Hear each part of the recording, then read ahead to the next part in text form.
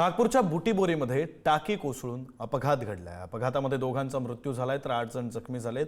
अवादा कंपनीची निर्माणाधीन टाकी कोसळलेली आहे। पाण्याच्या प्रेशरमुळे टाकी कोसळल्याचा अंदाज आहे। मृतांचा आणि जखमींचा आकडा वाढण्याची शक्यता आहे। तर नागपूर ते चंद्रपूर महामार्गावरील बुटीबोरी येथील नवीन MIDC परिसरामध्ये कंपनीचं निर्माणाधीन कार्य सुरू आहे।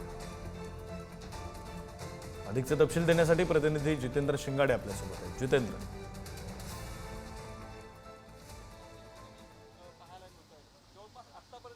नक्कीच अतिशय गंभीर हा अपघात घडलेला आहे। नागपूर जिल्ह्यातील हिंगणा तालुक्यामधील बुटीबोरी येथील जे अतिरिक्त MIDC आहे तिथे या कंपनीचं काम सुरू होतं। अवादा इलेक्ट्रो अशी ही कंपनी आहे। या कंपनीमध्ये गेल्या वर्षी ऑक्टोबर महिन्यात भूमिपूजन झालेलं होतं आणि त्यानंतर या कंपनीच्या बांधकामास सुरुवात झालेली होती। या कंपनीमध्ये सोलार पॅनल निर्मिती करण्यात येणार आहे आणि त्या कारणाने इथे मोठ्या प्रमाणात जे आहे ते कार्य प्रगतीपथावर होतं।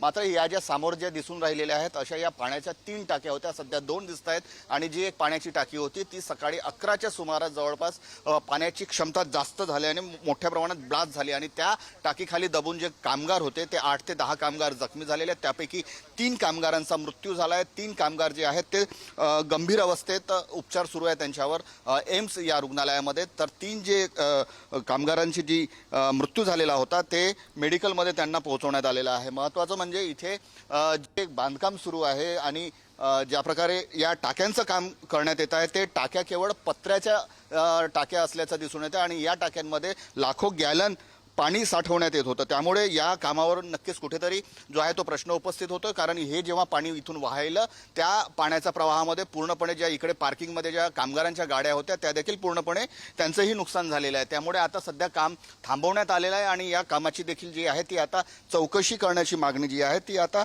येथील स्थानिक लोकांकडून करण्यात येत आहे की हा नेमका अपघात कसा झाला आणि का झाला। मात्र जो अपघात झालेला आहे त्यामध्ये 3 जणांचा आतापर्यंत मृत्यू झाला असून 3 जण गंभीर जखमी झाल्याची माहिती पोलिसांनी दिली। विक्रांत, बरं, धन्यवाद जितेंद्र दिलेल्या या सगळ्या सविस्तर माहितीसाठी।